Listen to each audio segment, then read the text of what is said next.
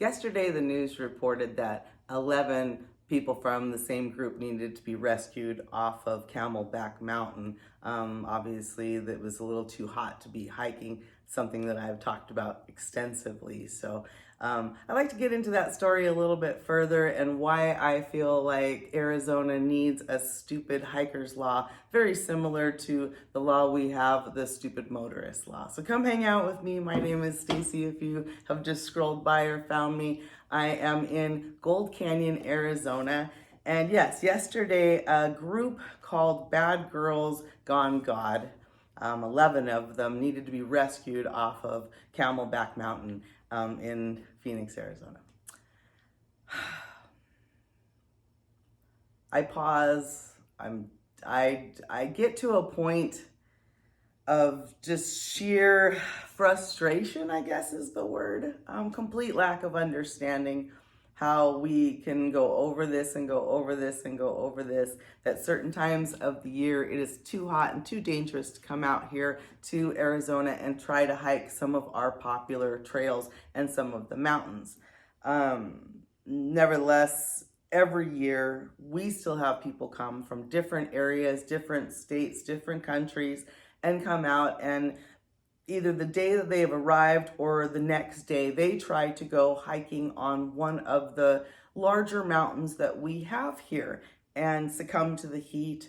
Some people have even died coming out here and attempting to go on a trail, not being acclimated to the heat and not being aware that though the mountains that we have here might be smaller than what you expect in visual size, they are still dangerous, they are still deadly, and a lot of that is because of the heat that you are experiencing and the dryness of the heat that your body is probably not used to, especially if you've just arrived here.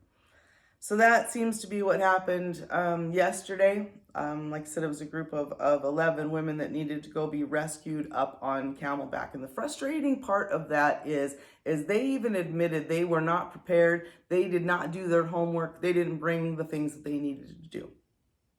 And what frustrates a lot of us that live here is that you have now put, again, rescue teams at risk as well.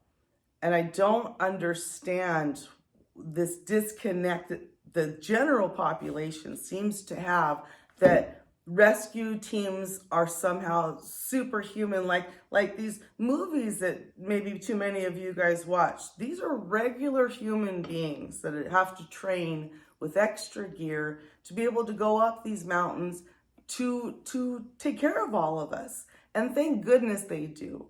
We all out here live a lifestyle of hiking and being outdoors and appreciating the desert and the beauty that is Arizona all across the board. This is a beautiful state, and we understand why people come out here and want to experience it. And even those that say that they came to be closer to God, I understand that. And though that can be something that is mocked in some circles, these women said they came out to Camelback, they were going to hike up and they were going to be closer to God. Well, in a sense, you might have gotten that. You might have gotten more than you bargained for. We do understand that you come out here and you want to experience something amazing, but you're also coming out here and expecting that you could be rescued by some superhuman group of people that can go do that. I guess it's what I'm trying to say and get back to, that in defense of those that can rescue you, it is disrespectful to come out here unprepared and I dare say the word ignorant and go up a mountain that you're not prepared for, that you know that in your heart you don't work out at a level that you should be doing these kind of things, that somehow miraculously you're going to be able to go to another state and climb a mountain, and something you never do when you're at home, and then expect people that have to put on gear and come up these mountains in that same extreme heat because you didn't plan or prepare well enough, or you thought it was fun, or you thought you'd get some kind of video from it, or it would go viral for a little bit. These are real people's lives that have been put at risk. And as if a rescue person couldn't succumb to the same heat. Still a person, and they train really hard to be able to do that for us. The lack of respect shown by coming out here and the flippancy of telling those rescue people that you didn't bother to even prepare for it was offensive on a huge level. And that's what got me sitting here going, stupid hiker law should go into effect the same way a stupid motorist law went into effect. In Arizona, we have a law because so many people continued to drive through water or pools of water and get their cars stuck and have to be rescued and put other people in danger. There became a law that you were now responsible, that it was your fault. And so I don't know if the word stupid became the shaming part of it, whatever it was. I didn't make the law, don't come at me for the name of it, but it was the stupid motorist law is in effect, and we all know that we have it out here. And every year we remind everybody and don't drown in the slower amounts of water and all the things. But year after year after year, people like me continue to tell everybody it's too hot to come out here and hike. You need to watch for the signs, bring your water. It's too hot to bring your dogs. God forbid, some of you on these trails, we've watched people bring babies out on trails and they've got them in the backpacks and they're covered up and stuff. How would you even know if your child was doing okay in the heat? How do you know? You don't know if your dog is doing well in the heat. I've seen it. I've seen it out here. So maybe it is time that the stupid hiker law goes into effect. When you come out here and you disregard all of the rules, all of the warnings, and put yourself in danger and put other people in danger, there has to be some kind of something. And that's what happened with the stupid motorist law. Now, I hike. And what happens if something happens to me? I trip and fall out there. Am I saying that I'm a stupid hiker? Well, if I went out there in flip-flops and I didn't bring my water and I didn't tell anybody where I was going and I went on a trail I'd never been on before, well, yeah, if the list starts racking up of the things that I did wrong, maybe we look at that. I don't know what the actual rules for the law should be. I don't know how they did that for the one for the cars.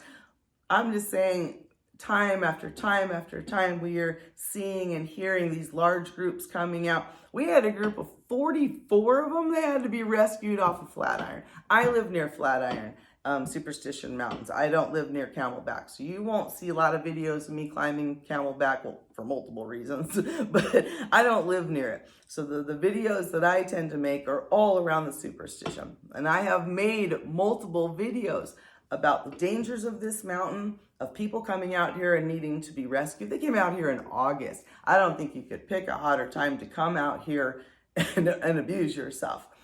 They also, that large group came out, and it was a group that was organized by whoever.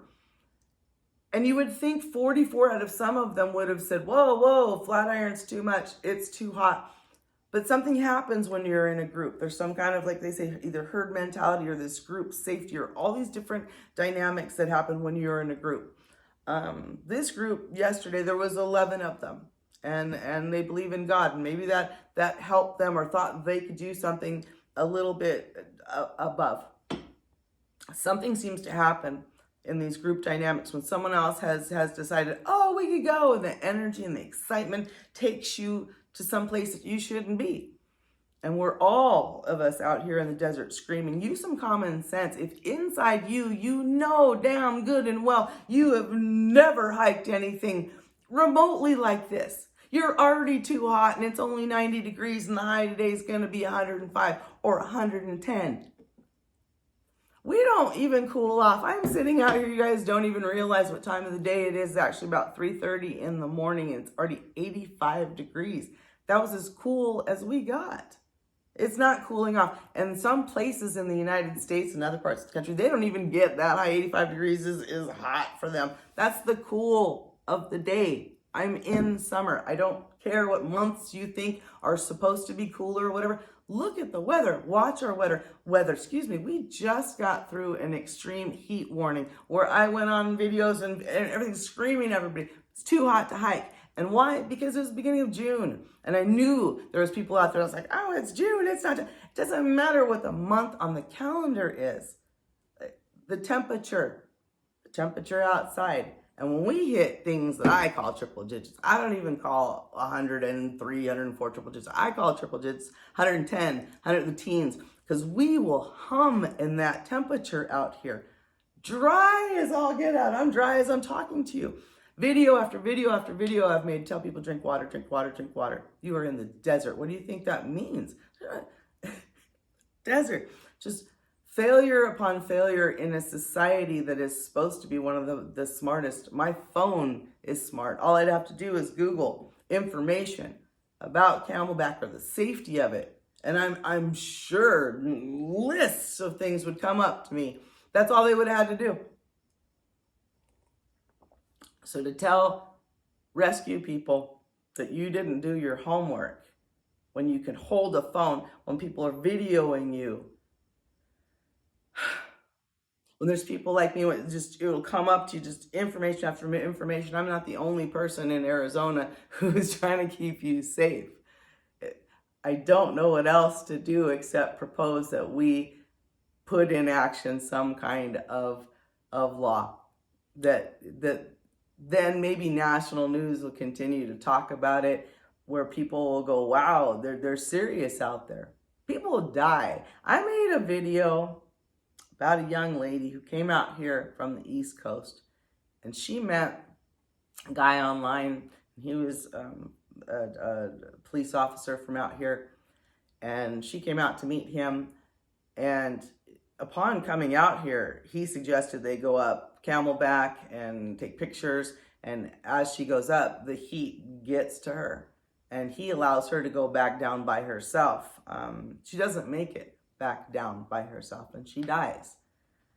That story was devastating to all of us. Do I consider that a stupid hiker's law? No. A lot of us felt that man who was from out here was responsible, because those of us that live out here hold a responsibility to those that we ask to come to a trail.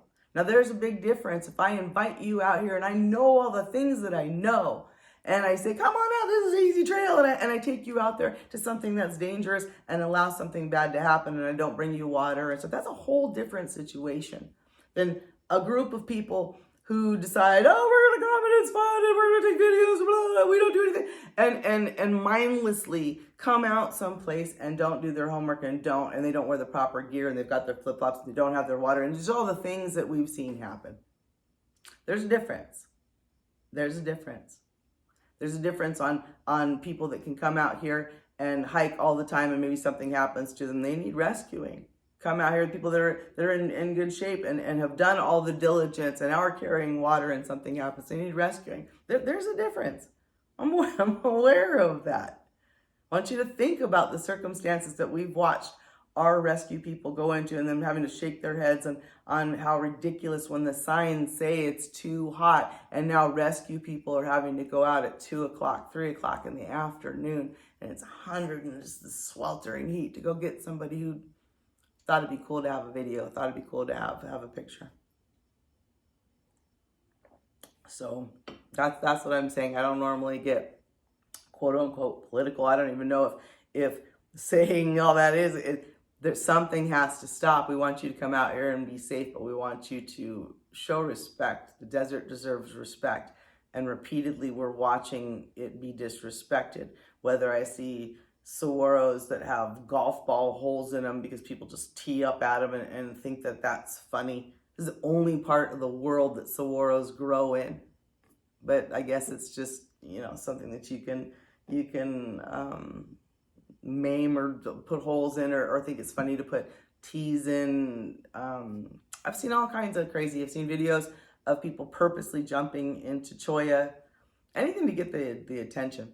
And now we're seeing it on our mountains that will come up and try to get that selfie. We had a young man fall off a Flatiron recently.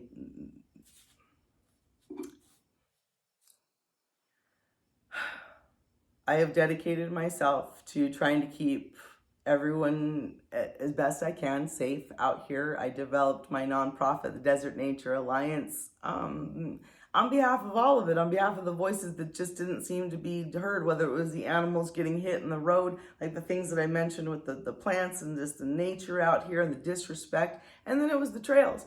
So it's all of it. And that's why it's the Alliance, the Desert Nature Alliance. It's all of it to me. And now watching women come out here and getting themselves hurt for whatever reason, make it stop. We can make it stop. Bad girls, whatever the hell that was, from another fellow bad girl. At 15 minutes, I'm still that upset and that ranting about it. That stop coming out here. Stop putting yourselves in positions where you get yourself hurt. Know yourself.